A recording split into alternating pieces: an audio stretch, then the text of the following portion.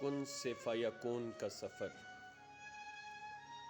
ہزاروں غم سہنے کے بعد تہجد کا ایک سجدہ نصیب میں لکھا جاتا ہے، اور وہ سجدہ کرنے والا اللہ کا سب سے پسندیدہ بندہ ہوتا ہے، جس کو وہ ان گنت لوگوں میں سے چن لیتا ہے، جس کی ملاقات کے لیے پھر وہ خود انتظام کرتا ہے۔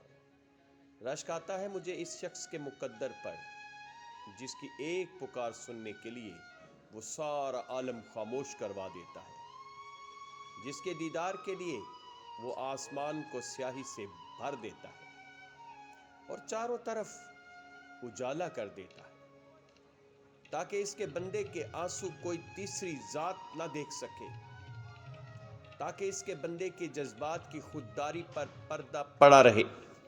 سب کو بے فکری کی نیند سلا کر وہ اپنے اس خاص بندے کو اپنی جستجو کی فکر میں لگا دیتا ہے۔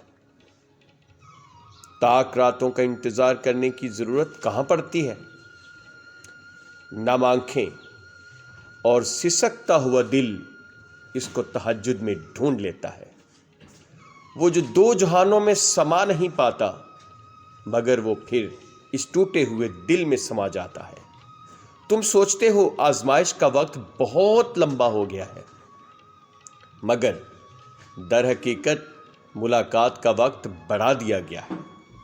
اللہ کو بہت پسند ہے جب تم دنیا سے نہیں اس سے مانگتے ہو، جب تم بے بسی کا رونا کائنات کے سامنے نہیں اس کے سامنے روتے ہو، جب تم سب ختم ہونے کے بعد بھی اس یقین کے ساتھ دعا کرتے ہو کہ اس کے سوا کوئی تمہیں کچھ نہیں دے سکتا، ہاں مگر اس کے اذن سے۔ جب تم سجدے پہ سجدہ کرتے ہو، جب تم سانس لیے بغیر بے ساختہ اس کا نام پکارنے لگتے ہو، تب وہ تمہیں دیکھ کر مسکراتا ہے، تب وہ تمہارے یقین کا بھرم رکھ لیتا ہے اور تمہارے مان کی لاج رکھ لیتا ہے۔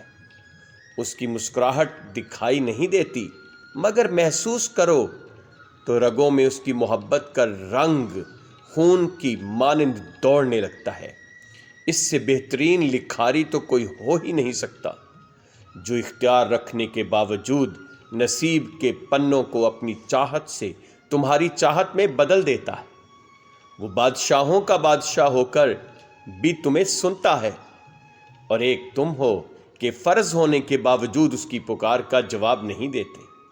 کبھی اس کی محبت میں رنگ رنگ کے تو دیکھو، کائنات کے سارے رنگ پھیکے لگیں گے۔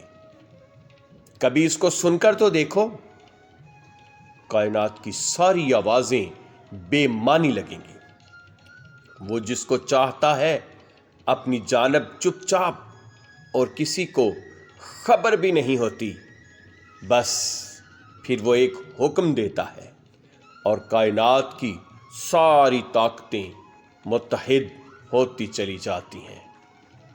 کن اس کے گرد طواف کرنے لگتا ہے اور ساری باتیں فیکون پر ختم ہو جاتی ہیں۔ یوں سبھی کہانیاں مکمل ہو جاتی ہیں اور بندہ اپنے رب سے واصل ہو جاتا ہے، اور بندہ پھر حقیقت میں بندہ بنتا ہے۔